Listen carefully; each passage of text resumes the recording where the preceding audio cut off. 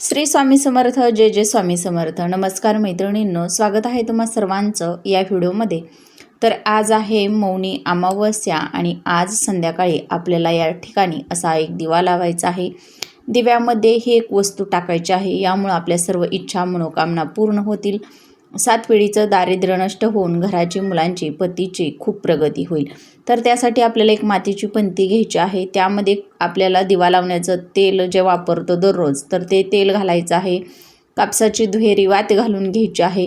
एक स्वच्छ प्लेट घ्यायची आहे. त्या प्लेटमध्ये आपल्याला प्लेट भरेल इतपत खडं मीठ घ्यायचं आहे. त्याच्यावरती हा दिवा ठेवायचा आहे आणि हा दिवा आपल्या घरामध्ये ईशान्य कोपऱ्यामध्ये आपल्याला प्रज्वलित करायचा आहे.